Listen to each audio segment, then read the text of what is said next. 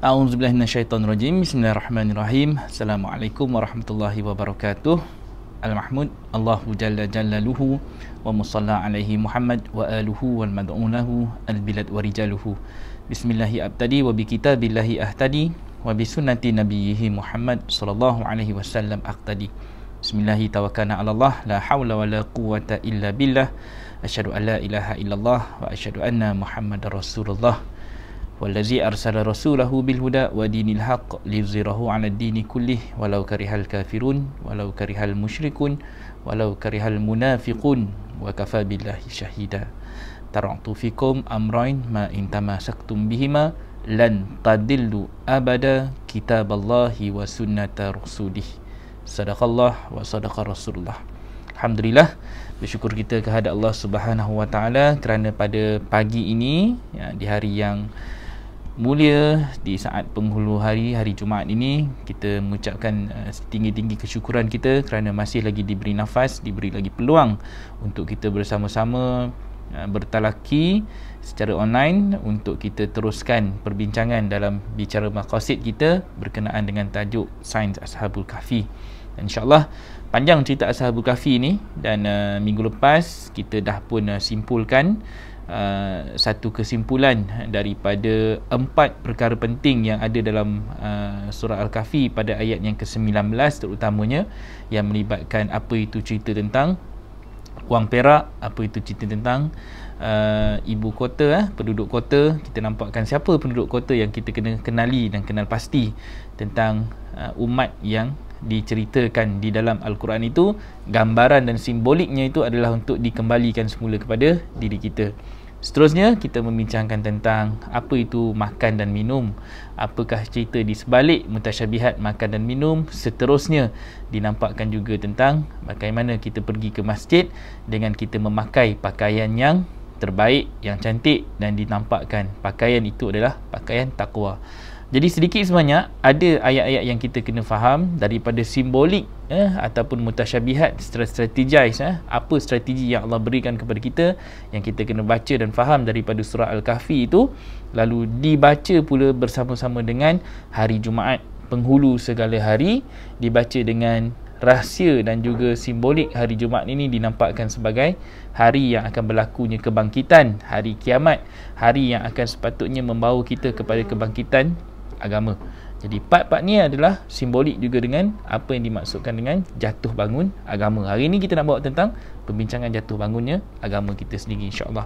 So alhamdulillah, kalau tengok kepada komen-komen ni, alhamdulillah, terima kasih kepada semua yang dah pun bersama-sama dengan kita. Oh, kita ada Abang Rashid Kana. Abang Rashid kita pun ada dekat sini. Terima kasih. Selain daripada nama-nama yang biasa kita jumpa, nama Kak Rahayu, nama Kak Julia, Kak Arfah, Abang Suhaimi daripada Singapura juga, daripada Dr. Azmi Penang, dan Kak siapa lagi, Kak Fiza ada, Nur Anizah. Alhamdulillah hari ni Johor cuti, jadi dapat dengar. Tapi dia daripada Kuantan. Ni kerja orang suka berjalan je ni. Kalau turun ke KL, singgah ke Surada nanti, insyaAllah. Daripada Kuantan tu boleh singgah sekejap. Kemudian Kak Kamilah Ibrahim, Nurdiza, Kak Arfa, menjawab salam dia. Terima kasih Kak, tolong jawab untuk semua. Umi Hafsah, Kak Nurliza, sekali lagi Kak Julia. Jadi terima kasih kepada semua yang bersama-sama kita pada pagi ni. Dan insyaAllah Sains Ashabul Kahfi pagi ni kita lebih kepada ayat yang ke-10. Ayat yang ke-10 tu ada beberapa poin yang nak dinampakkan untuk tujuan untuk kita memahami tentang kebangkitan. Kenapa dinampakkan tentang keperluan kita menjadi seorang pemuda, dinampakkan kenapa keperluannya kita mengasah tim-tim orang muda ni. Kenapa dikhususkan Ashabul Kahfi itu adalah dinampakkan sebagai pemuda-pemuda gua. Padahal kalau ikut perkataan Ashabul Kahfi ini, mereka ini adalah penghuni gua. Tetapi kenapa lebih diperlihatkan sebagai pemuda-pemuda? Kerana ada ayat dia. Kerana ada spesifik word yang digunakan Allah dalam Al-Quran itu yang menunjukkan, yang memberi clue kepada kita bahawa mereka ini adalah golongan-golongan muda. Dan mereka kekal muda, dinampakkan begitu dinampakkan mereka kekal muda sampailah mereka dibangkitkan semula. So ini satu benda yang kita nak kena baca, nak kena faham dari segi strategi. Tetapi sebelum kita menjurus ke arah itu, kita kena bedah dulu perjalanan agama kita pada hari ini, bagaimana jatuh dan bangunnya juga terkait rapat dengan apa yang berlaku dalam bentuk mutasyabihat Ashabul Kahfi. Kalau kita ambil sejarah, 600 tahun sebelum kedatangan Islam dalam bentuk Iqra diturunkan kepada Rasulullah di Gua Hira, 600 tahun sebelum itu adalah kebangkitan yang dibawa oleh Nabi Isa AS. So Nabi Isa membawa peranannya sebagai seorang Nabi, membawa kitab bernama Kitab Injil untuk membenarkan apa yang ada di dalam Taurat. So kehadiran Nabi Isa AS ketika itu dengan usianya yang kecil, waktu tu usianya kecil ketika Maryam sedang membawanya melalui satu gereja ketika itu, dipanggilkan sebagai satu mihrab jugalah. Dan ketika melalui itu, dan dia mendengar ada di kalangan golongan-golongan agamawan ketika itu, ahli kitab ketika itu sedang membincangkan, sedang menyampaikan khutbahnya berkenaan dengan isi kandungan Taurat. Lalu Isa yang mendengar apa yang disampaikan oleh ulama-ulama ketika itu, dinampakkan sebagai golongan agamawan yang berada ketika itu di mana? Di Al-Quds di Jerusalem, lebih kepada di Al-Aqsa. Kemudian ketika dia mendengar apa yang disampaikan khutbah itu, lalu dia dengan lantangnya, Isa waktu tu kecil, Isa yang kecil, bangkit dan terus menampakkan apa yang disampaikan oleh ahli kitab itu adalah tidak benar. Lalu dia mencabar apa yang disampaikan itu tidak benar dengan dia sendiri mengeluarkan apa yang sebenar-benarnya disampaikan di dalam Taurat. Waktu itu Isa sudah pun membawa peranan sebagai seorang Nabi dan juga dia Rasul yang menyampaikan kebenaran. Itu cerita tentang peristiwa pertama yang kita kena faham. Sebelum Nabi Muhammad, Isa dulu yang sedang membawa balik kebenaran daripada Taurat, lalu dia membawanya dalam bentuk Injil, New Testament yang membenarkan the Old Testament. Dia membawa satu lembaran baru, ketetapan yang bukanlah kata ketetapan itu sebagai ketetapan yang nak mengubah Taurat, tetapi ketetapan yang membenarkan apa yang ada di dalam Taurat, tetapi yang telah pun diubah, yang telah pun ditulis semula, yang telah pun diolah oleh agamawan-agamawan ketika zaman Nabi Isa. Selepas 600 tahun berlalu, along the way, Islam yang dibawa oleh Nabi Isa pun semakin ditekan, diubah, diolah daripada yang hak lalu ditukar, lalu menjadilah cerita tentang Tuhan bingung. Ada kisah ni, kalau siapa baca Bible, siapa yang membaca Bible, dia akan jumpa cerita tentang macam mana yang dibawa oleh Isa itu diolah, dinampakkan Isa sebagai anak Tuhan, dinampakkan Isa yang turun menyerupai sebagai seorang Tuhan yang menyerupai sebagai seorang manusia. Untuk apa? Untuk mengorbankan dirinya, membiarkan dirinya disalib kerana untuk menebus dosanya, kerana menurunkan Adam. Jadi banyak cerita ni. Jadi cerita yang dibawa oleh version orang yang memesongkan apa yang dibawa oleh Isa itu, dia menjadi satu benda yang nak kena dibetulkan balik. Okey, dah Isa bangkit, betulkan apa yang dah dirosakkan manusia melalui Taurat. Kemudian datangnya Nabi Muhammad untuk apa? Membetulkan semula segala salah dan silap penulisan yang dibuat oleh ahli kitab juga, yang mereka mengolah apa yang dah disampaikan oleh Nabi Isa. Dan along the way, hampir-hampir beberapa tahun di pertengahan antara 600 tahun itu kepada Nabi Muhammad berlakunya peristiwa Ashabul Kahfi.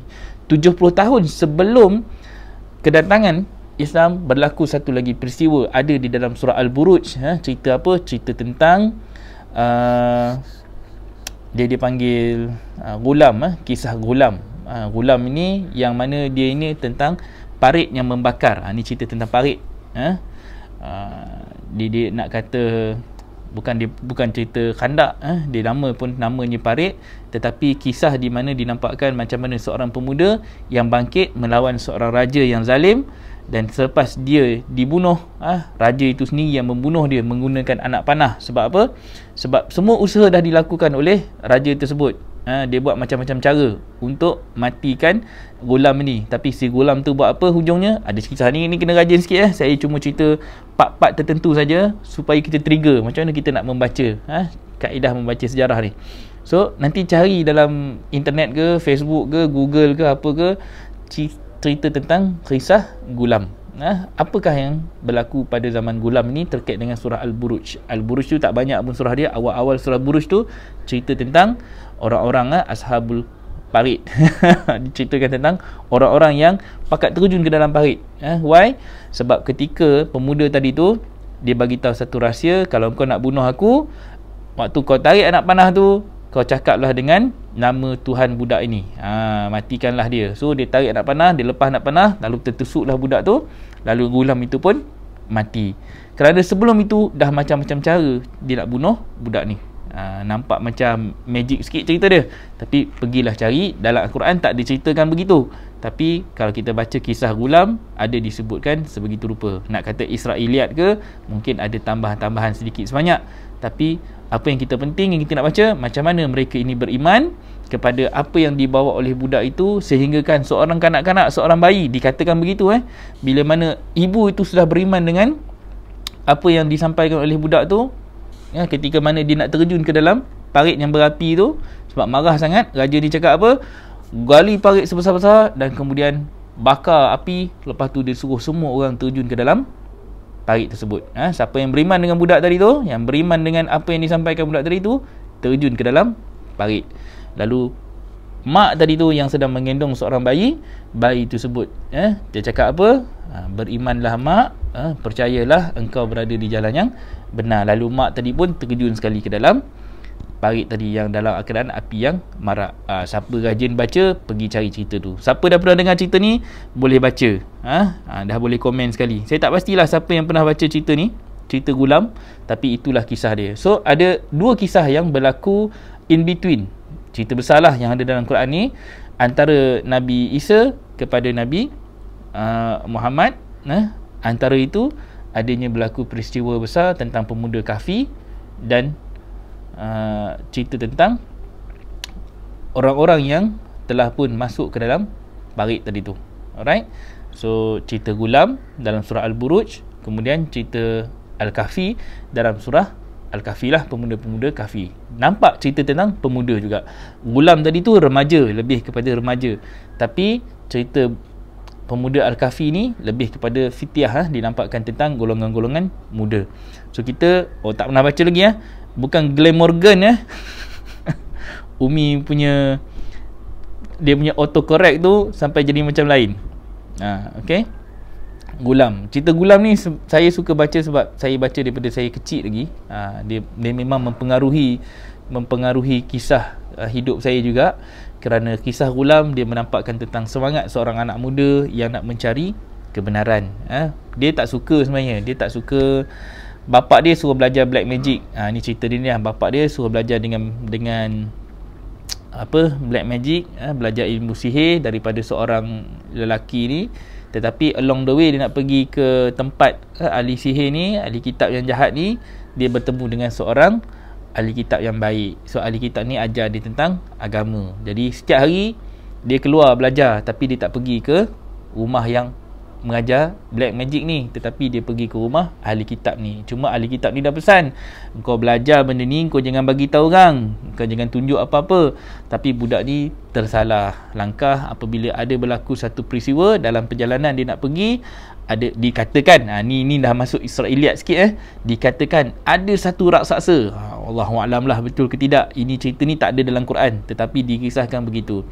Ada seekor monster yang terrorize, menyebabkan penduduk dalam keadaan huru-hara. Lalu budak ni pun ambil batu, kemudian dia kata apa kat batu tu? Dia kata sekiranya apa yang diajar oleh ahli kitab yang baik ni tadi ni betul, maka matikanlah binatang ni. Lebih kurang tu lah dia cakap. Lepas tu dia terus lempar tuju kena binatang tu pun mampu. So ni nak bagi cerita jadi pendek. Selepas itu budak tu yakin apa yang dia belajar telah pun menyebabkan kebenaran itu diyakini. Apa saja yang berlaku dengan peristiwa tersebut menyebabkan dia yakin. Cuma dia menimbulkan satu masalah.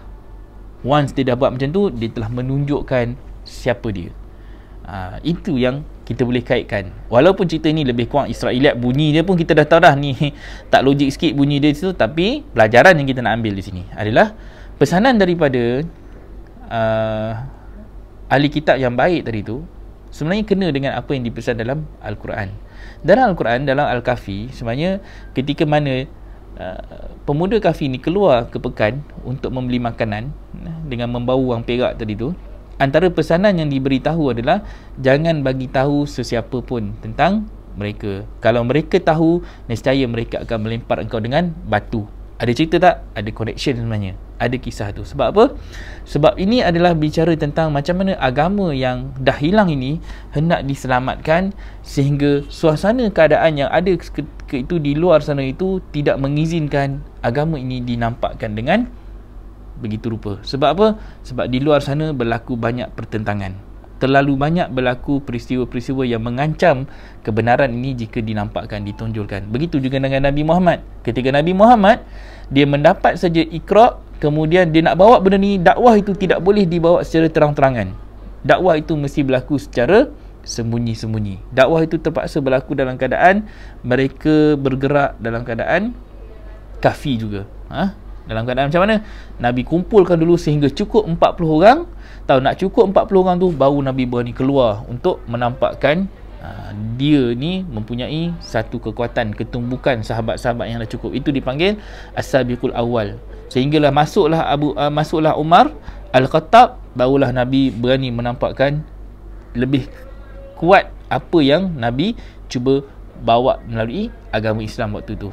Waktu tu keadaan tidak mengizinkan. Bercakap lebih saja ramai yang akan kena sebat. Macam mana berlaku kepada Bilal bin Rabah, macam mana berlaku kepada sahabat-sahabat Sumayyah yang telah pun dikatakan wanita pertama yang syahid ketika di kota Mekah waktu itu. Dia ada anak dia lah, Ammar dan juga Ammar bin Yasir. Waktu itu antara golongan-golongannya As-Sabiqul Awal, yang mereka ini masuk ke dalam Islam tetapi disiksa. Kerana apa?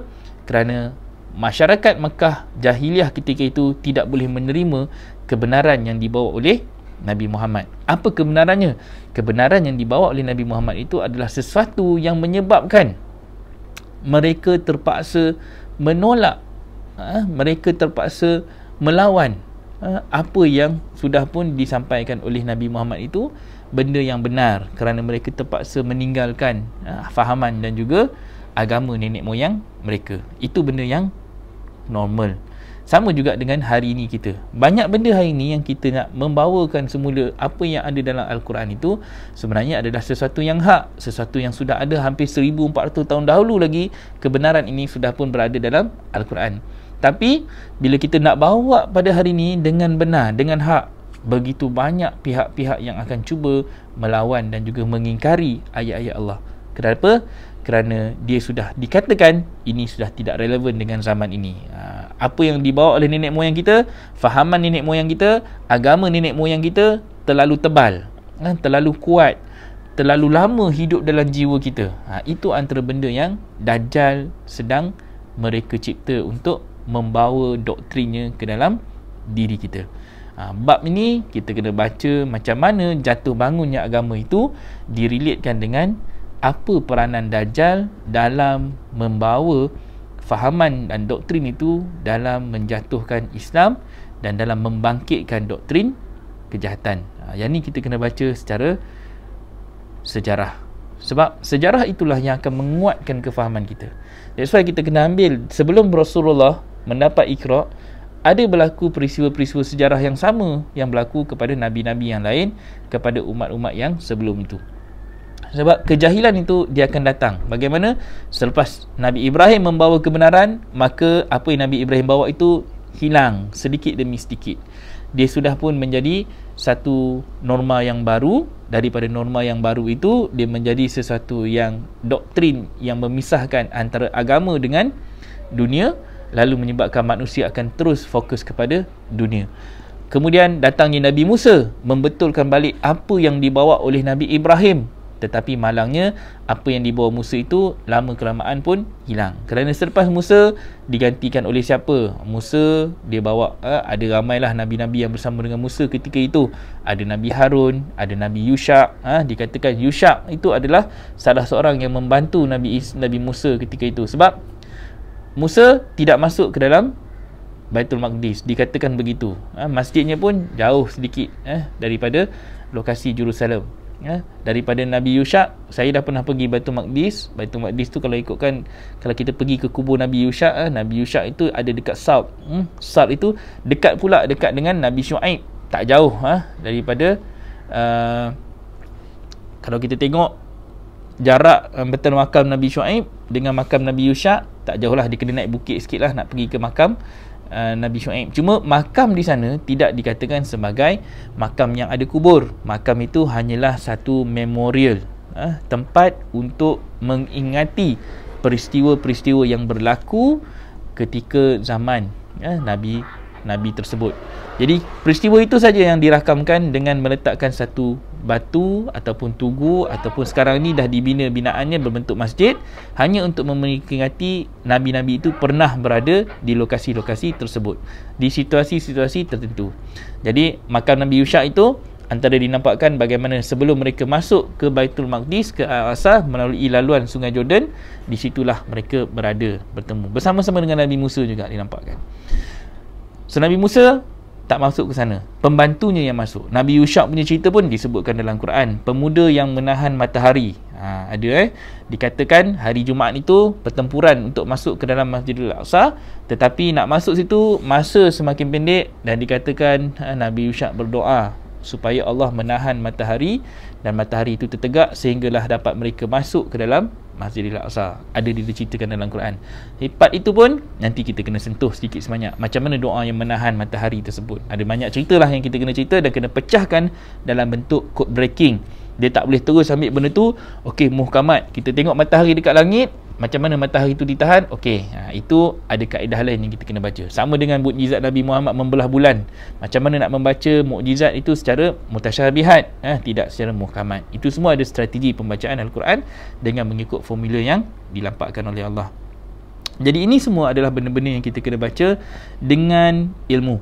Kalau kita baca hanya berdasarkan nafsu, dan kita akan percaya ini macam kisah dongeng yang kita baca.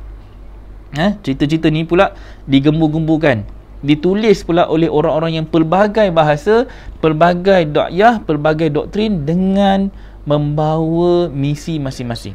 Kalau ditulis oleh orientalis, mereka berperanan untuk membawa doktrin ini dalam bentuk pemesongan akidah. Mereka tulis bunyinya benar, bunyinya cantik, tapi Dajjal daripada 100 yang dia bagi, satu saja dia masuk yang salah, kita dalam baca 100 itu kita tak perasan pun kat mana yang salahnya. Itu peranan Dajjal. Begitu juga dengan peranan-peranan penulis-penulis begini. Mereka menulis kitab dengan laras bahasa dan juga nafsu mereka, dengan tujuan dalam dia tulis sesuatu yang betul, sejarah yang betul, tapi ada part-part sejarah yang mereka manipulate, sejarah yang ditokok tambah. Ada Israeliat dia begitu begini, dimasukkan dalam skrip itu, lalu kita pun terpedaya dengan bacaannya. Jadi nak baca Quran, kalau kita baca Quran hanya kita baca begitu saja, dia akan jadi kisah-kisah yang kadang-kadang dongeng-dongeng yang just fix kepada diri kita. Apa yang menyebabkan kita jadi fix macam tu? Kita akan kata, oh ini cerita tentang Nabi Musa, ini kisah untuk umat Nabi Musa, ini kisah umat untuk Nabi Isa, ini untuk Nabi Muhammad. Tetapi malangnya kita tak boleh nak relate semua itu. Sebenarnya kisah-kisah itu adalah untuk kita. Bab itu yang kita lemah, untuk cari the missing link. Ni dipanggil mantik. Bahasa Arabnya dipanggil ilmu mantik. Mantik ini macam mana kita nak menghubungkan sesuatu yang hilang, benda yang tak ada. Macam mantik ni kita belajar dulu, saya belajar hampir 2 tahun juga mantik ni dekat Nilam Puri, Kelantan, hanya untuk memahami macam mana mantik agama dan mantik Al-Quran ini untuk dibaca. Sebab ilmu mantik ni larasnya banyak ada dalam bahasa-bahasa Arab sajalah. Dan mantik ini pun sangat baik, macam mana kita nak membaca tanda-tanda yang ada dalam Al-Quran, nak disatukan sebagai satu strategi. Itu juga kita panggil sebagai ilmu penjabaran. Jibril itu dipanggil Jibril kerana tugas Jibril ini adalah menjabarkan, menjelaskan. Jabar itu sendiri pun ada maksud yang khusus yang kita kena faham. Kalau kita baca bahasa Arabnya Jabar, bahasa Inggerisnya dipanggil Algebra. Jadi Algebra ni dibawa oleh Khwarizmi. Macam mana matematik itu digunakan? Algebra ini untuk mencari X dan Y. Macam mana kita nak mencari satu nombor yang hilang? Macam mana kita nak cari satu maklumat yang hilang. So macam mana nak mencari X dan Y tadi, sampailah kita dapat satu kesimpulan dan jawapan daripada formula yang diberikan. Begitu juga dengan Al-Quran.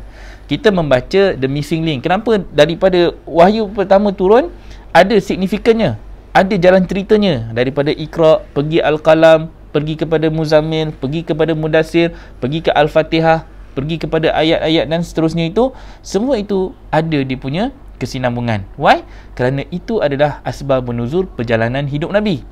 Perjalanan Al-Quran itu dinampakkan secantik itu. Macam mana Nabi daripada kosong sampailah Nabi nak membangunkan agama ini, sehinggalah Nabi dapat membangkitkan umat Islam waktu itu, sehingga mereka jelas tujuan dan juga pengabdian mereka kepada Allah, sehingga berdirinya Mekah dan Madinah kembali kepada fitrah.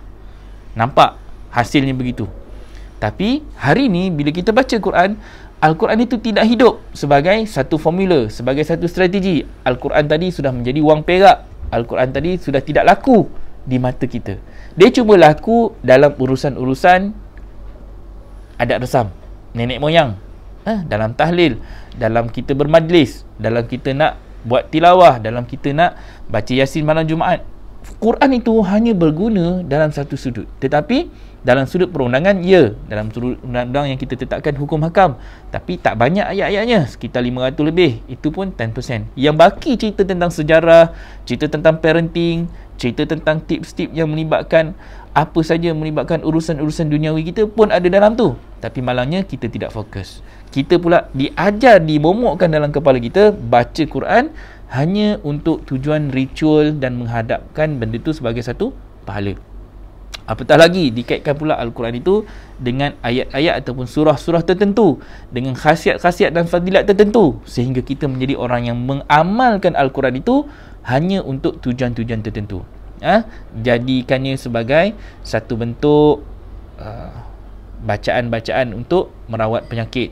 Baru-baru ni lalu dekat dalam timeline selawat syifa, dia dikategorikan sebagai sesuatu yang boleh membawa syirik. Kerana apa? Kerana dalam maksud selawat syifa itu ada dikatakan terselit perkataan-perkataan yang boleh mengangkat Nabi Muhammad itu sebagai orang yang menyembuhkan hati. Tibbil qulubi wa dawaiha. Kita baca macam tu kan? Seolah-olah ayat itu sebenarnya kita meletakkan Nabi Muhammad itu adalah orang yang menyembuhkan penyakit yang ada di dalam hati kita.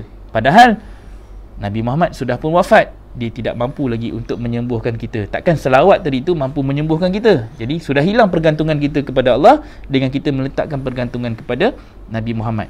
Tengok selawat dah betul, tetapi macam mana sedikit sahaja selawat dan kata-kata selawat itu dilagu-lagukan sehingga kita menyanyikannya tanpa kita memahami apa yang dimaksudkan dengan perkataan-perkataan yang kita lafazkan, sehingga kita tidak tahu. Rupa-rupanya ada perkara-perkara sebenarnya kita telah pun mengolahnya menjadi satu fadilat yang salah. Daripada kecil lagi, daripada kecil kita diajar benda tu. Selawat syifa ni kalau ikutkan daripada kecil saya diajar membaca dia. Masuk sekolah, masuk universiti, kita diajar ada lagu nasyid lagi yang membacakan tentang selawat syifa itu. Tapi bila dah besar, bila kita dah kaji, bila kita dah lihat, rupa-rupanya ada sedikit sebanyak poin-poin penting yang kita kena betulkan daripada kesilapan dan kesalahan kita membawa fadilat-fadilat daripada apa yang dibawa oleh nenek moyang kita. Part tu kita kena betulkan. Okey, itu satu part. So hari ni kita nak mengajak semua orang kita membaca Al-Kahfi bukan sekadar membacanya dalam bentuk bacaan semata-mata. Walaupun ada hadis yang mengatakan kita membacanya untuk kita melawan fitnah Dajjal, tetapi kita kenal tak Dajjal yang sedang membuat fitnah itu? Kita kenal tak siapakah Dajjal yang sedang merancang untuk menjatuhkan kita, merosakkan kita, mengubah fahaman kita, mengolah doktrin itu supaya kita pesong daripada agama yang sebenar? Dajjal ni kita kenal ke tidak? Yang tu yang kita kena jawab dulu. Sebab kalau kita tunggu Dajjal yang selama-lamanya kita dah faham, Al-Masih Dajjal yang berbentuk individu yang bermata satu itu, dan dia adalah satu bentuk individu yang sedang datang di akhir zaman untuk bertembung dengan Isa dan juga Imam Mahdi itu, sampai bila-bila pun kita akan menjadi orang yang menunggu. Sebab apa? Sebab kita akan tunggu dan terus tunggu. Sebab masa berjalan, umur sedang berjalan, usia kita sedang bertambah, dan kita pun akan mendekati kematian. Sedar-sedar saja dah tua.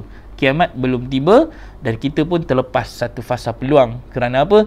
Kita yang sepatutnya membangkitkan agama, tetapi kerana kita mengharapkan orang lain dan kita hanya mengharapkan membaca Al-Quran, ayat Al-Kahfi itu 10 yang pertama, 10 yang terakhir, itu pun jenuh diingatkan setiap minggu untuk baca benda tu, jenuh nak disiplinkan diri untuk baca benda tu.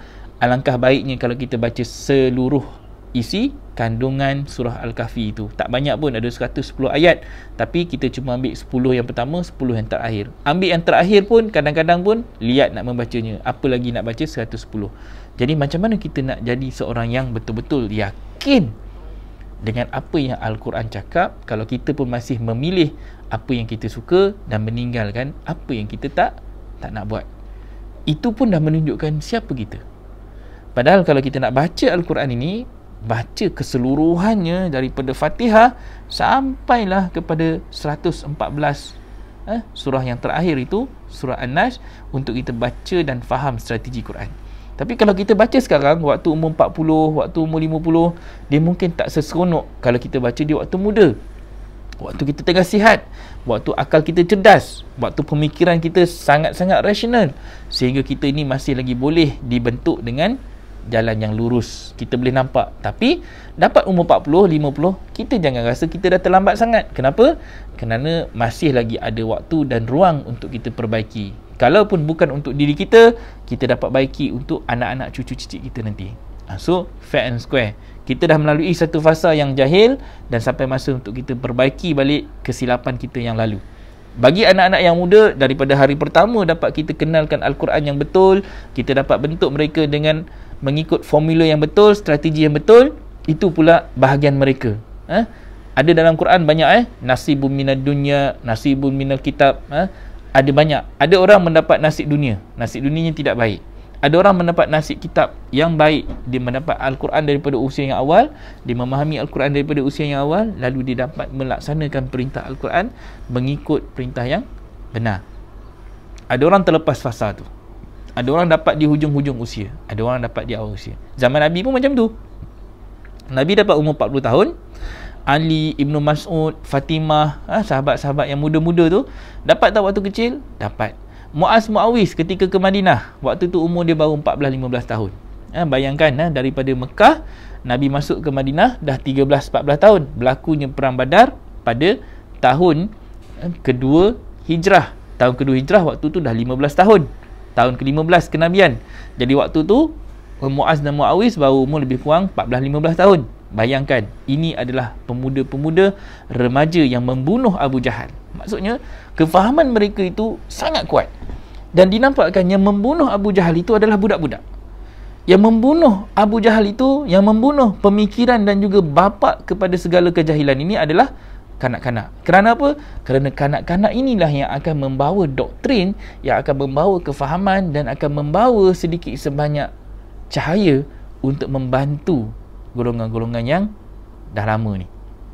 Yang dah lama, yang dah berusia, dia ada pemikiran. That's why kalau kita baca sejarah, ada pertemuan antara pemikiran orang tua dan pemikiran orang muda. Kenapa? Kerana orang muda ni mereka mempunyai semangat yang tinggi, semangat juang untuk mengubah sesuatu yang ni. Tetapi orang tua, dia masih kekal dengan pemikiran yang lama, dia masih membawa fahaman-fahaman yang lama. Dan Nabi sendiri pun berkata dalam satu hadisnya, Nabi kata apa?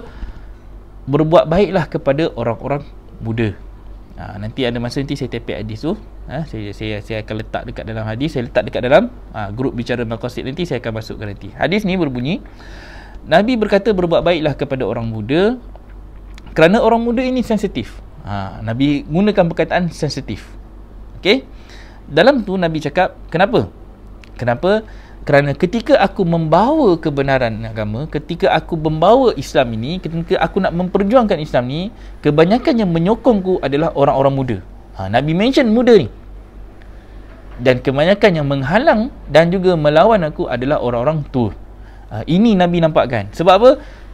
Betul tak apa yang Nabi nampak? Benar. Sebab dalam sejarah, dalam sirah berlaku.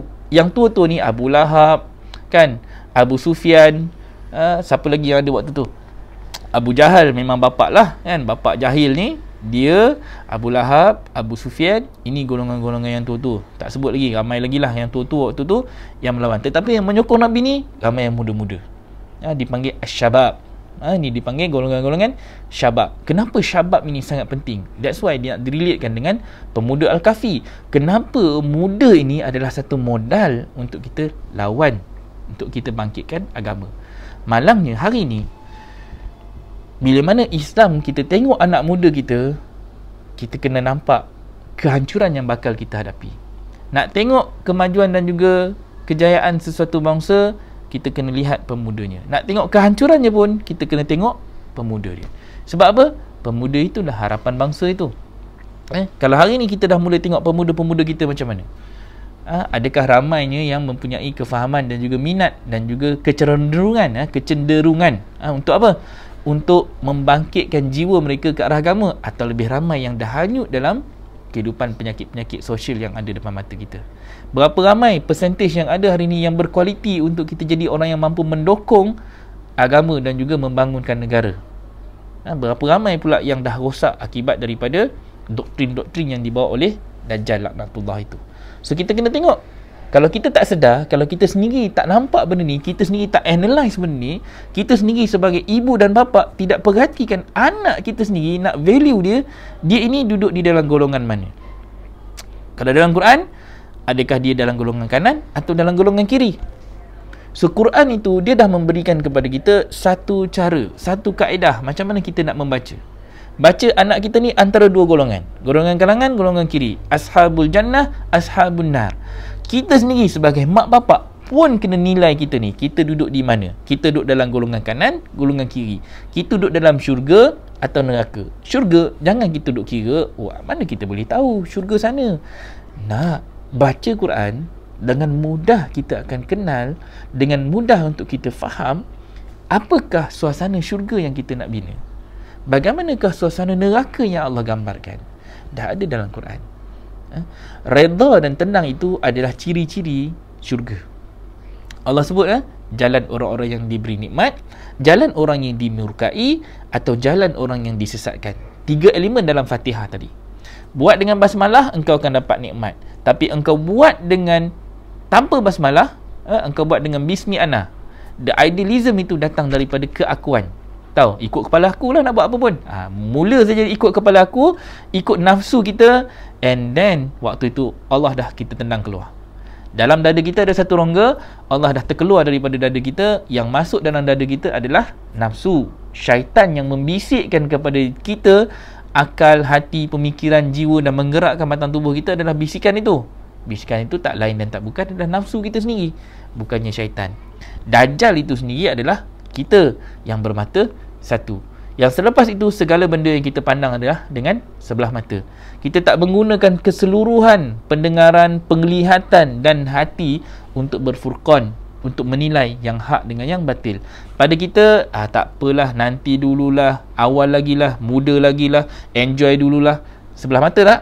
Sebelah mata. Kita sendiri sudah menjadi sebahagian daripada kumpulan-kumpulan yang menyokong doktrin Dajjal tadi. Kerana Dajjal, dia akan memberikan kepada kita keseronokan dunia. Dia akan mencipta syurga dan neraka. Itu Dajjal. Syurga orang yang beriman, syurga orang yang beriman adalah neraka Dajjal. Syurga orang-orang yang kafir, apa dia? Adalah neraka Allah. Ni, nampakkan begitu Itu Dajjal punya mission.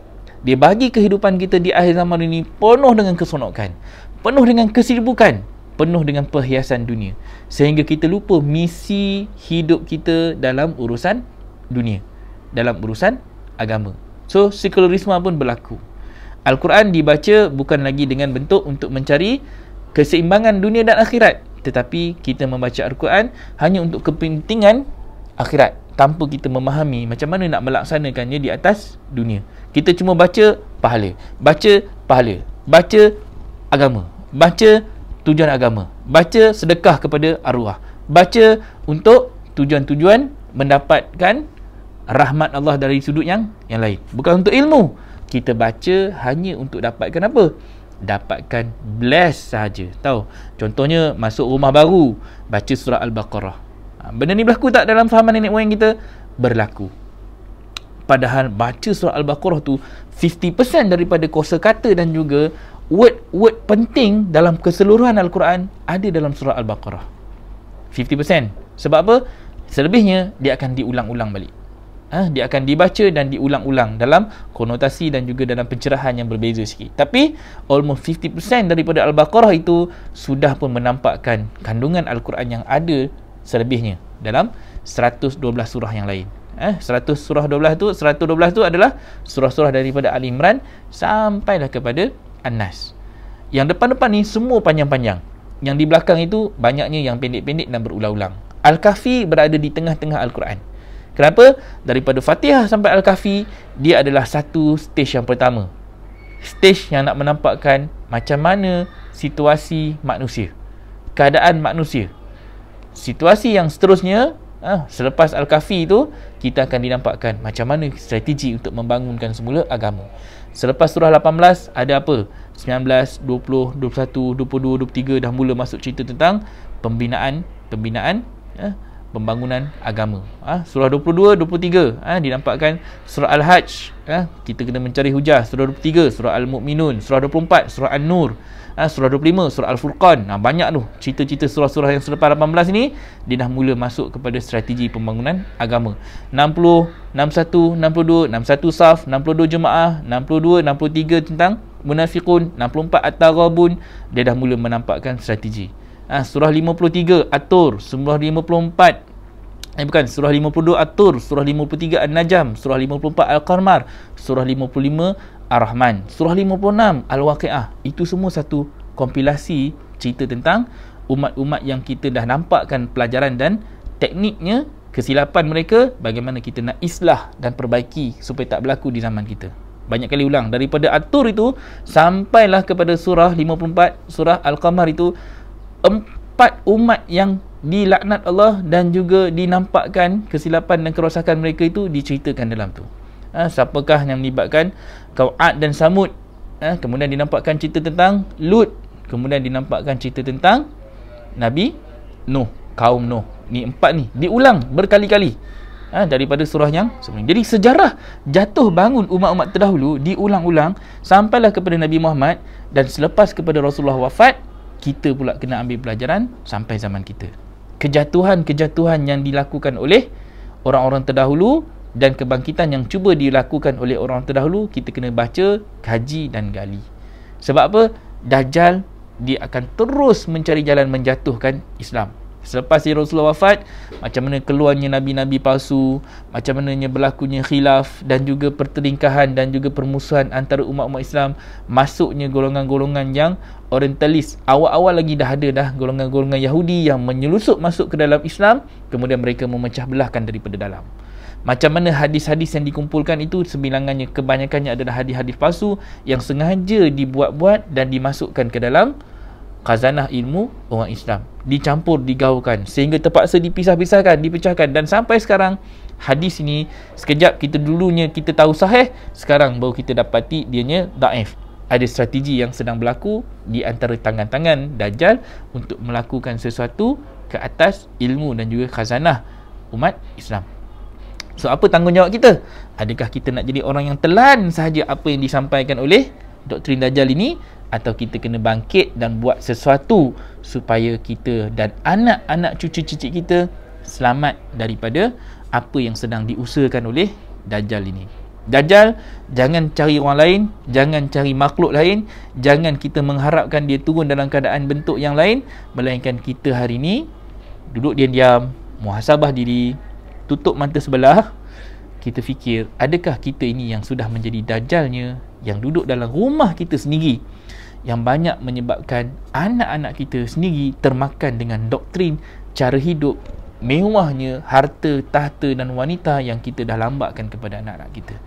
So jangan kita mencari orang lain dalam mereka melakukan kelemahan dan kesilapan. Cari dulu kelemahan dan kesilapan diri kita sebagai anak, sebagai ibu dan bapa, suami dan isteri, dalam kita mendidik keluarga kita dulu. Jangan kita terus lompat kita mencari kesilapan dan kelemahan orang lain, sedangkan kita dulu kena bedah diri kita, bedah dada kita, lapah diri kita untuk kita cari di mana titik hitam dan kerosakan yang dah pun masuk melalui instrumen-instrumen Dajjal. Sama ada hiburan, sama ada pekerjaan, sistem keuangan, sistem ekonomi, apa saja yang mereka cipta di dunia ini, di zaman moden ini, tidak lain dan tidak bukan ada salah satu daripadanya instrumen-instrumen untuk menyesatkan kita. Tanpa sedar, kita dah pun jadi sebahagian daripada sistem mereka. Tanpa sedar, kita pun menjadi orang yang menyokong sistem mereka. Kita menjadi tonggak kepada sistem mereka. Kita menjadi orang yang mengangkat sistem mereka. Tanpa sedar, kitalah Dajjal yang selama ini menjadi anak-anak Dajjal itu, tentera-tentera mereka, dalam keadaan kita kata kita beriman, tapi dalam masa yang sama, kita rela diri kita menjadi kaki tangan Dajjal tersebut. So kat mana kita nak betulkan? Betulkan dulu daripada kelemahan dan kesilapan diri kita dalam memahami agama Islam sendiri. Okey? Part tu kita dulu yang kena buat. Part tu kita sebagai bapa dulu yang kena berani untuk bangkit. Ibu sendiri kena mula lawan doktrin yang ada depan mata kita. Doktrin ni, kalau kita sebut doktrin, kita sebut dakwah, kita sebut pemesrongan akidah, bunyinya gempak, tapi kadang-kadang bunyinya sangat halus, kan? Benda mudah, Facebook, YouTube, televisyen, gadget, duk ulang banyak kali benda ni. Tapi sampai bilalah kita nak sedar? Tak tahu bilalah kita betul-betul boleh mengubah. Tak tahu bilalah kita boleh mengubah nasib anak bangsa kita. Disiplinkan diri kita, macam mana kita nak membaca Al-Quran, macam mana kita nak membelah Al-Quran ini dengan kefahaman, membacanya dengan strategi, dan kita akan jumpa jalan keluar. Tapi selagi mana kita masih lagi membaca Al-Quran ini dalam bentuk Al-Quran itu satu ritual semata-mata, tidak ada hubung kait Al-Quran itu dengan apa yang kita kena buat sebagai seorang hamba Allah, dan sampai bila-bila pun kita akan terjerumus duduk di dalam tong najis yang sama. Tahu? Tong najis ni Allah sebut dalam Al-Quran, najis itu adalah orang-orang musyrik. Orang-orang musyrik itu adalah najis. Najis. Allah bahasakan orang yang menyekutukan Allah itu adalah najis. Apa itu syirik? Syirik itu adalah orang-orang yang menduakan sistem Allah. So kita kena sedar ni, hari ni kita duduk dalam sistem siapa? Sistem Dajjal atau sistem Allah? Saya tak boleh bagi tahu kita duduk di mana. Kena masing-masing sendiri yang masing-masing muhasabah dan iqra' kitabaka, baca di mana makam dan duduk tempat kita berdiri hari ini. Adakah kita berdiri duduk di dalam golongan kanan atau di dalam golongan kiri? Dan kalau kata kita masih lagi duduk melawan dengan perasaan nak membangunkan balik fahaman nenek moyang kita, sebab Dajjal, itulah yang Dajjal buat. Dajjal, dia akan menghidupkan ibu dan ayah kita. Pernah dengar? Kalau dengar cerita nenek moyang kita ni, dia akan cerita Dajjal saat-saat kepada kematian kita, waktu kita nak mati nanti, syaitan tu dia akan datang, dan syaitan itu akan membisikkan dan menyerupai nenek moyang kita ataupun menyerupai wajah ibu dan ayah kita. Kalau kita baca macam tu, sampai bila-bila pun kita akan tunggu mati nanti, baru kita akan fikir, betul ke tidak nanti? Betul ke mak ayah aku datang waktu aku nazak nak mati nanti? Tunggu waktu tu, otak kita dah tak boleh buat apa dah. Tangan kaki kita dah tak boleh buat apa. Sebab apa? Kita sedang menuju ke arah kematian. Tapi kalau kita ambil konsep tadi itu secara mutasyabihat dan strateginya, Nabi sedang memberitahu kita, Dajjal ataupun syaitan itu nanti dia akan datang membawa fahaman nenek moyang kita dan menghidupkannya balik ke dalam jiwa kita. Tahu? Fahaman-fahaman yang salah itu akan diinstal balik. So nenek moyang, jangan tengok nenek moyang kita orang Melayu saja. Nenek moyang jahiliah kita dulu tu banyak. Daripada negara Arabnya, daripada orang Arabnya, semua fahaman-fahaman jahiliah itu akan dihidupkan balik, nak diinstalkan balik. Fahaman siapa? Nabi Lut. Ada fahaman siapa tu? Tu fahaman nenek moyang kita tak? Nenek moyang kita lah tu. LGBT sekarang ni dihidupkan balik tak? Dihidupkan balik. Riba zaman siapa? Zaman Nabi dah dimatikan, betul? Zaman Nabi dah ditamatkan, betul? Zaman Nabi Muhammad, Nabi sendiri claim hari ni telah aku haramkan riba, betul? Tapi dihidupkan balik tak sekarang? Dihidupkan balik. So jangan kita jumut nenek moyang itu hanya kita lihat dari sudut orang Melayu. Tak. The system yang wujud di dunia ini, that is the system yang hari ni dicipta oleh Dajjal. And the system apply to the whole world. They apply as a new world order. Dia apply untuk membuatkan seluruh manusia menyembah tempat yang sama. Kiblat kita hari ni umat Islam, betul kita berkiblatkan Mekah. Kita sedang berkiblatkan ke kota Mekah. Itu yang kita hadapkan wajah kita ke sana. Betul. Dari segi ritualnya, dalam masa 5 minit kita solat, kita sedang menghadap wajah kita ke sana. Kita sedang sujud untuk menunjukkan ketaatan kita kepada Allah. Dalam 5 minit itu kita menghadapkan ke satu arah yang sama. But then selepas solat, bayangkan selepas solat kita kembali balik menghadap wajah kita, berkiblatkan kepada sistem Dajjal. Tahu? Mudah, senang sangat kita nak nampak benda ni berlaku. Kita ambillah dalam bentuk hiburan, dalam bentuk sukan, dalam bentuk apa saja yang melibatkan entertainment. Itu salah satu instrumen yang sangat-sangat berat. Hari ni kita kena akui. Baik apa yang ada dalam televisyen, baik ada yang dinampakkan dalam bentuk propaganda sukan, baik apa saja yang dinampakkan dalam bentuk berita dan politik sekalipun, semuanya membawa kepada wajah kita dihadapkan sungguh-sungguh, fokus kita kepada dunia. Tahu, main bola, bayangkan bola ni. Kita bukan nak saya pun main bola dulu. Bahasa mudah ni macam tu. Kita kecil-kecil dulu pun main bola, wakil sekolah lagi, masuk peringkat negeri lagi. Kita main bola juga. Tapi nak dinampakkan sampai bola itu dijadikan satu agama. Tahu. Bila kita boleh memakai satu jersey, kita boleh menyokong sesuatu benda itu dengan membuta tuli, walaupun kadang-kadang kita sanggup bertegang urat dengan kawan kita sendiri hanya untuk berlawan fahaman yang sama. Kerana sokong kelab ini, dia sokong kelab lain, tak bertegur siapa, bergaduh. Kerana kalah dan menang, orang lain yang lawan bola, kita yang diapi-apikan. Tahu, sampai semangat itu ditanam sebegitu rupa. Sampai kita menjadi orang yang menyembah permainan itu. Sampai kita jadi orang yang memperjuangkan sesuatu yang sepatutnya kita tak perjuangkan. Kita menjadi hamba dan mengabdikan diri kepada sesuatu yang kita dah dilorongkan nafsu kita kepada benda yang salah. Ini belum bentuk cerita-cerita lain. Orang perempuan lagi mudah. Orang perempuan daripada emasnya, gelangnya, rantainya, tudungnya, sampailah kepada bermacam-macam benda yang nafsu itu boleh diruncit-runcitkan sampai kita menjadi hamba kepada shopping. Orang perempuan boleh jadi macam tu. Kenapa? Kerana begitulah dunia sudah dibentuk. That's why, wahai isteri-isteri Nabi, tinggalkanlah perhiasan jahiliah kamu. Ingat, itu ada ayat tahu, untuk isteri Nabi, tinggalkanlah perhiasan jahiliah kamu. Banyak tak perhiasan jahiliah yang dah mati dulu dihidupkan balik? Banyak. Dan ayat itu diturunkan untuk isteri Nabi. Isteri Nabi lagi diminta untuk tinggalkan jahiliah. Who we are? Adakah kita ni, kita perempuan kan, nak cakap orang perempuan lah, bukan saya lah. Orang perempuan ni, kalau Allah dah tegur isteri Nabi, yang bukan isteri Nabi ni adakah lebih eksklusif? Ayat ni untuk isteri Nabi. Kalau kita baca, tak, ini ayat untuk isteri Nabi. Betul, ayat untuk isteri Nabi. Tapi kalau isteri Nabi sendiri ditegur begitu, takkan kita ni yang bukan isteri Nabi, yang orang perempuan-perempuan lain ni yang bukan isteri Nabi ni, tak boleh ditegur? Itu kita kena baca mantiknya. Kita kena baca di mana Allah nak meletakkan. Allah bagi tegur ni orang panggil pukul anak sindir menantu. Kena faham bahasa Allah ni. Tahu, kena faham bahasa Allah. Kan, kadang-kadang pukul anak sindir menantu ni, kan, kalau kita menantu duduk makan semeja dengan anak, kan, lepas tu mak ni cakap apa? Lepas makan ni basuh pinggan. Dia cakap ke anak dia. Kan, menantu pun bagusnya kan, ambil pinggan bagi ke anak dia. Kan, sepatutnya yang menantu ni terasa, aku ni datang rumah mak menantu ni kenalah gaji lebih sikit. Kononnya macam tu. Sebab apa?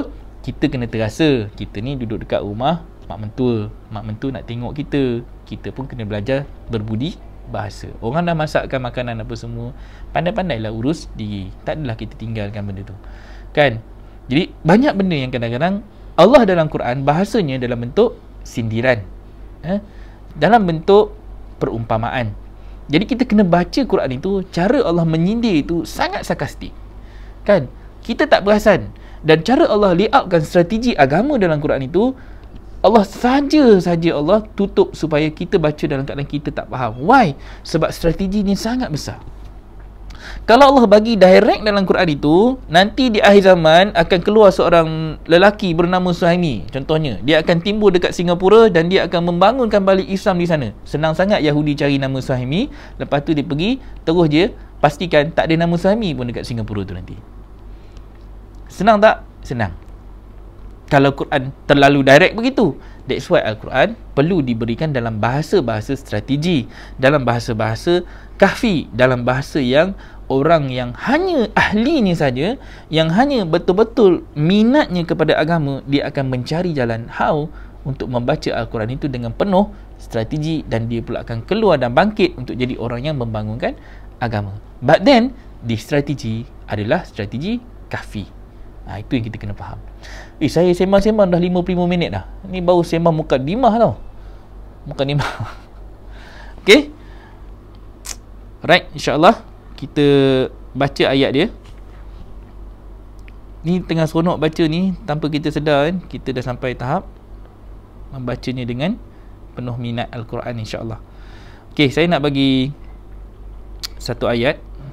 Ayatnya adalah ayat yang ke-10 Okay. Kalau ada Quran, buka Quran surah Al-Kahfi ayat yang ke-10. Cuba tengok ayat 10. Allah kata apa? Allah abaikan satu mesej kat atas tu. Saya print screen pula dengan okey. Cuba tengok. Allah kata apa? Dah jumpa ayat yang ke-10.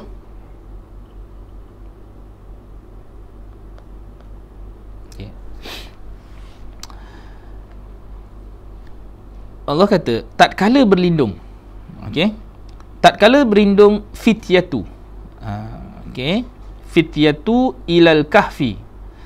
Tatkala berlindung para pemuda. So fityah itu dinampakkan sebagai para pemuda. Okey. Pemuda-pemuda. Dia tak guna syabab. Dia tak gunakan gulam, dia gunakan fityah. Nanti kita akan buka ayat fityah ni insyaAllah minggu depan, hari Jumaat minggu depan, kita akan nampakkan fityah itu bagaimana kita nak masukkan sebagai strategi kahfi.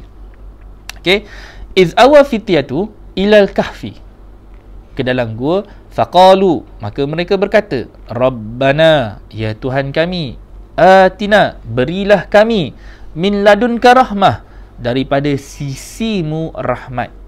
So, apa yang diminta oleh pemuda? Ingat balik Hudan wa rahmah, kita pernah pecahkan dalam strategi Al-Baqarah sebelum ni, falsafah Al-Baqarah sebelum ni. Hudan itu petunjuk, rahmah itu adalah ilmunya. Okey, hudan itu petunjuk, rahmat itu kita dapat dalam bentuk ilmu. Ilmu yang akan menyebabkan kita masuk ke syurga. Masuk ke syurga dengan rahmat Allah. Nak masuk syurga mesti dengan ilmu Allah, mesti dengan strategi, mesti dengan ilmu yang Allah dah bagikan kepada kita. Mesti ada strategi dan taktik, teknik dan taktik untuk sampai kepada tujuan dan destinasi. Itu cara kita nak kena faham. Wahayyi, dan sediakanlah, lana, bagi kami, min amrina, urusan kami, rasyada. Okey, ini part yang kita nak kena faham. Allah ni, dia nak bagi kita satu kitab. Kitab ni dipanggil kitab yang dalamnya adalah satu bentuk bacaan. Kitab itu ketetapan, tetapi macam mana kita cara Al-Quran ini adalah nak membaca ketetapan tadi. Allah bagi ketetapan tu, ada kisah Nabi Musa, Nabi Isa, Nabi Ibrahim, Nabi Nuh, Nabi Lut, Nabi Adam, apa semua bagai itu diceritakan sebagai satu ketetapan. All have been fixed. Tak ada perubahan pun. Allah kata dalam surah 17:77 tu, sunnah yang tidak ada perubahan kepada Nabi-Nabi dan juga orang-orang terdahulu. So kita tak boleh mengubah lagi dah ketetapan tersebut.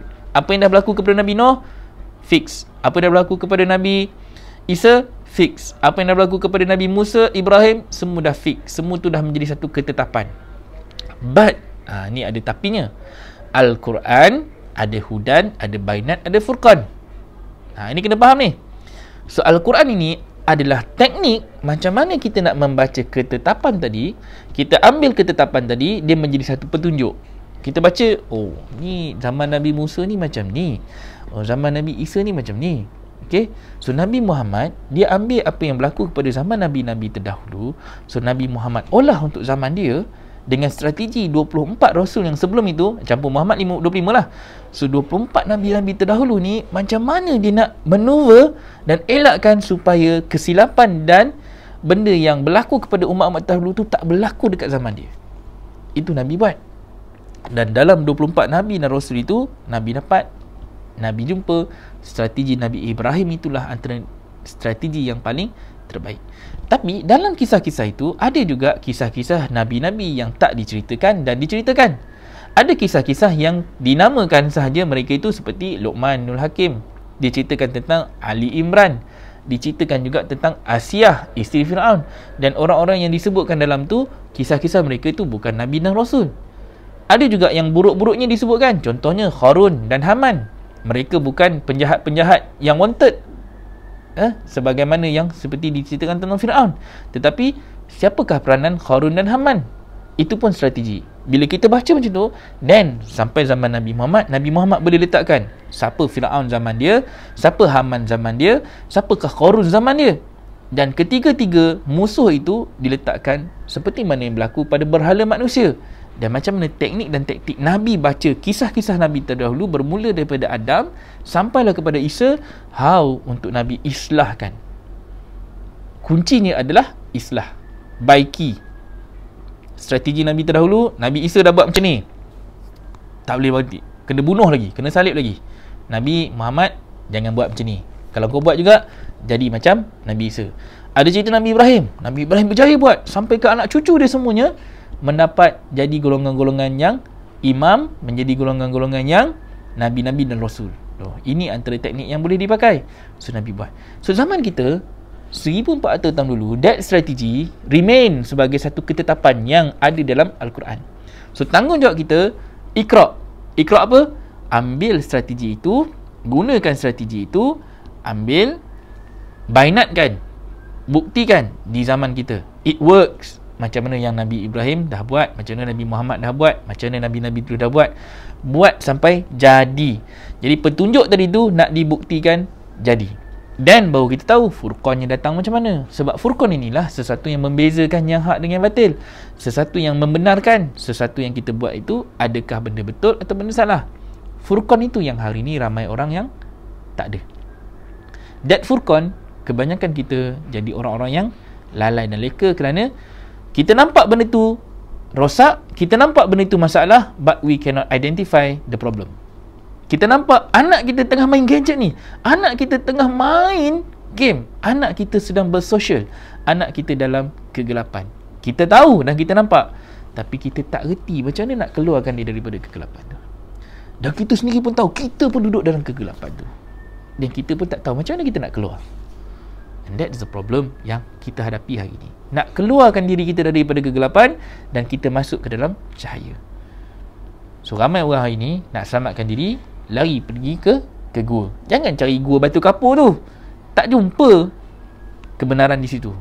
Guanya sebenarnya kena kembali balik ke dalam Al-Quran yang Allah sembunyikan rahsianya di dalam Quran tu. Allah sembunyikan strateginya di dalam Quran tu. Hari ni strategi tu, Yahudi hari-hari dia belek Quran tu, hari-hari dia kaji dekat mana cara untuk dia kalahkan Islam, tewaskan Islam. Apa yang kuatkan Islam ini dengan Al-Quran, di situlah dia gunakan untuk melemahkan kita. Itulah Dajjal. Dajjal yang memesongkan akidah kita. Dia ambil apa yang Allah bagi dekat kita, dia gunakan juga itu sebagai senjata untuk melawan kita. Tahu? Dia tahu Allah kata haramkan zina, dia buat apa? Lagi banyak pornografi dia bagi, lagi banyak perempuan yang seksi dia bagi, lagi banyak benda yang ditayangkan kat kita. Supaya apa? Supaya umat kita tenggelam ke dalam lembah zina tadi. Dia bagi umat kita yang muda yang baik. Tahu semalam ada satu berita berlaku di Terengganu, 5 remaja merogol seorang budak darjah 6. Tahu, budak darjah 6 ke 6 tahun. Kena cek balik lah tu kan. 5 orang kat Terengganu, 5 orang muda. Ni belum lagi cerita-cerita lain tau. Yang rogol ni hari-hari kita dengar, zina ni hari-hari boleh jadi, dan buang anak ni hari-hari berlaku. But then, di mana peranan kita dalam mengelakkan benda ni daripada terkena jangkitannya kepada anak cucu kita? LGBT almost every day, anywhere, sedang berusaha untuk masuk ke dalam rumah kita, berusaha untuk masuk ke dalam doktrin minda anak-anak kita.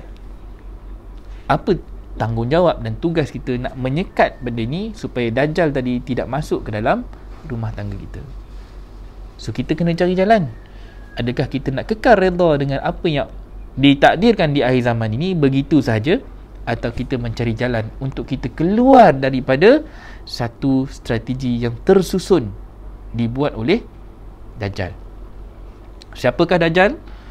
Sampai hari ni kita jangan kita baca individu yang kita tunggu tu. Dajjal itu boleh jadi organisasi, institusi, siapa saja, even kita sendiri bila kita dah termakan dengan dakwah dan doktrin mereka sehingga kita bermata satu. Okey? Kita faham macam tu. So kita kena carilah. Kalau ada yang kata Dajjal itu banyak dalam politik pun ada, golongan Islam sendiri saling menghukum, betul lah tu, tidak dinafikan. Okey? So banyak yang dinampakkan, style, smoke, sex, song, screen spot. Kak Julia dah cerita dekat bawah tu, itu pun strategi Dajjal. Sangat tepat, sangat betul. Dan sekarang bukan 5S lagi dah terlalu banyak S. Okay, New World Order ataupun apa yang mereka nampakkan dalam strategi untuk pemesongan akidah ni, New World Order tahun 1968 mereka menampakkan strategi untuk LGBT. Macam mana mereka nampakkan di masa depan, dia kata di masa depan dan strateginya, satu hari nanti perkahwinan with the same gender akan berlaku, dan mereka propagandakan benda tu hari-hari mereka propagandakan itu, sampailah baru-baru ni, tak lama pun, within 5 years below sebelum ni, kita dah nampak benda tu dah berlaku. Perkahwinan lelaki dengan lelaki dah legalize, wanita dengan wanita pun dah legal. Benda tu berlaku tak? Berlaku. Mereka rancang bila? 1968. Setiap tahun mereka ada convention mereka, macam mana mereka nak menjatuhkan umat Islam, macam mana mereka nak menyebabkan orang Islam jadi semakin jauh daripada agama dan kebenaran.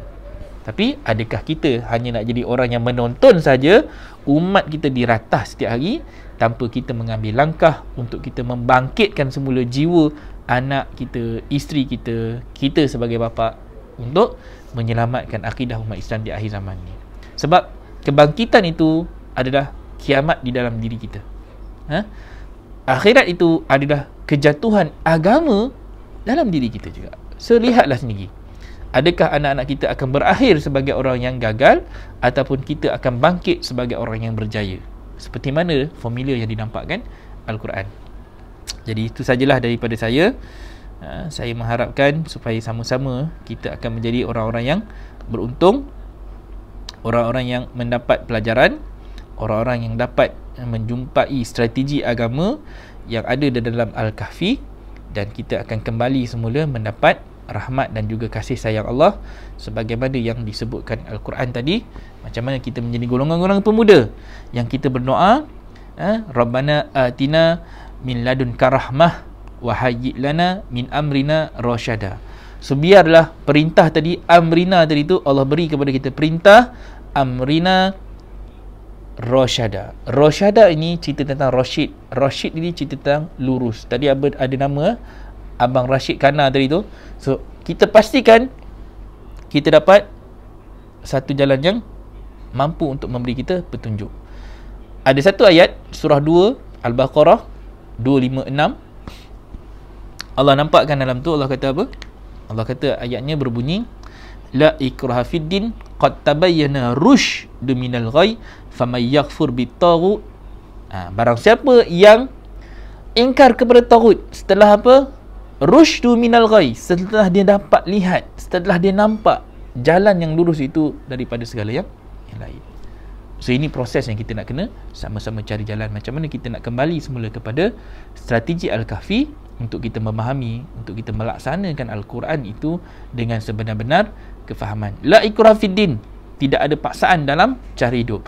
Engkau nak ikut doktrin Dajjal ke, engkau nak ikut doktrin Allah ke, engkau nak ikut doktrin jahiliah ke, apa ke, ada paksaan tak?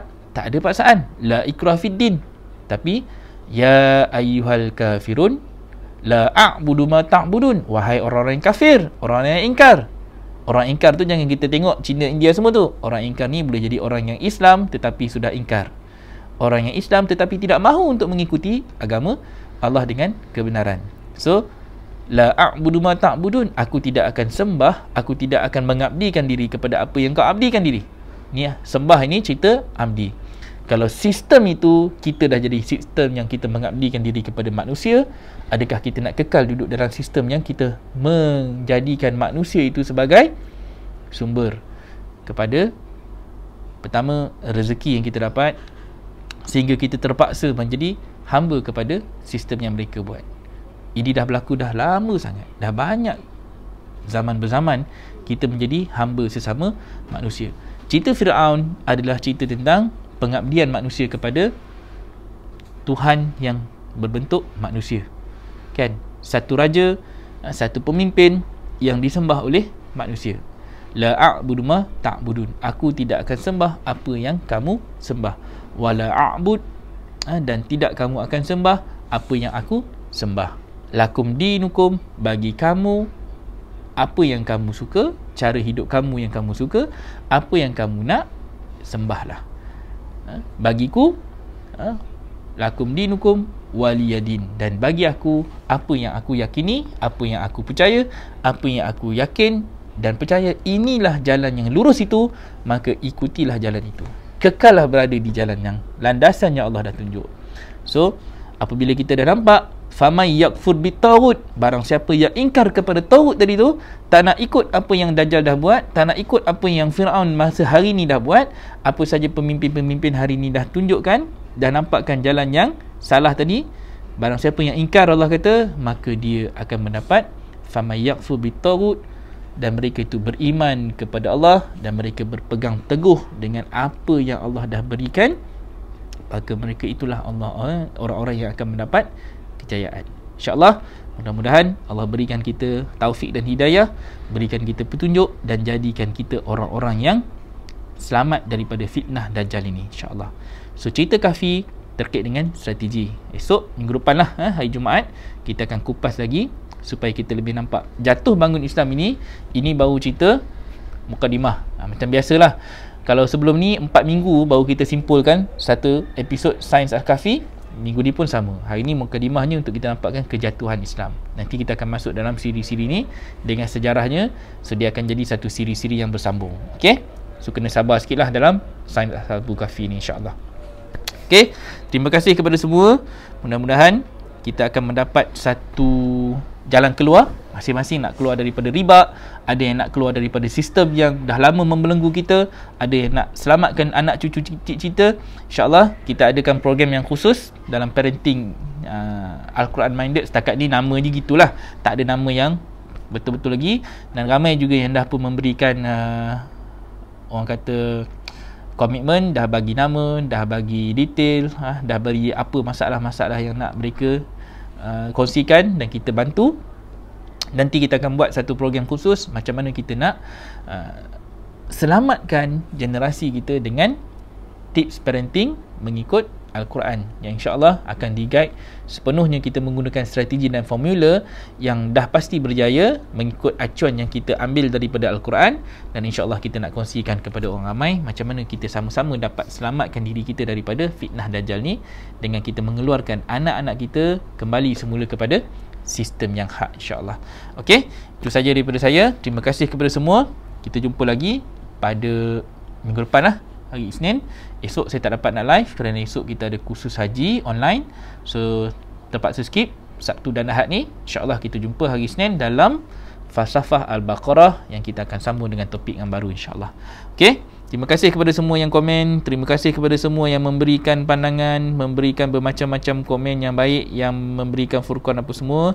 Saya mungkin tak dapat nak baca semua, tapi lepas ni insyaAllah saya akan baca dan kita akan sambung discussion kita dekat dalam grup Telegram t.me bicara maqasid. Kalau siapa tak jumpa nak join grup, pergi dekat dalam bahagian info tu, tekan 3 titik tu kalau kat iPhone tu, nanti kat jumpa satu ikon discuss, masuk dekat situ, terus kita akan join group discussion kita dan kita akan layout nota-nota daripada sahabat-sahabat semua dan situ kita akan komen nanti insya-Allah.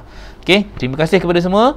Hazza wallahu yarana wa yahfazuna walhamdulillahi rabbil alamin. Yang baik itu datangnya daripada Allah, yang buruk itu datang daripada kelemahan sendiri. Mudah-mudahan kita akan dipimpin kembali kepada jalan Allah, jalan yang lurus sempena hari Jumaat yang barakah ini insya-Allah. Itu saja. Assalamualaikum warahmatullahi wabarakatuh.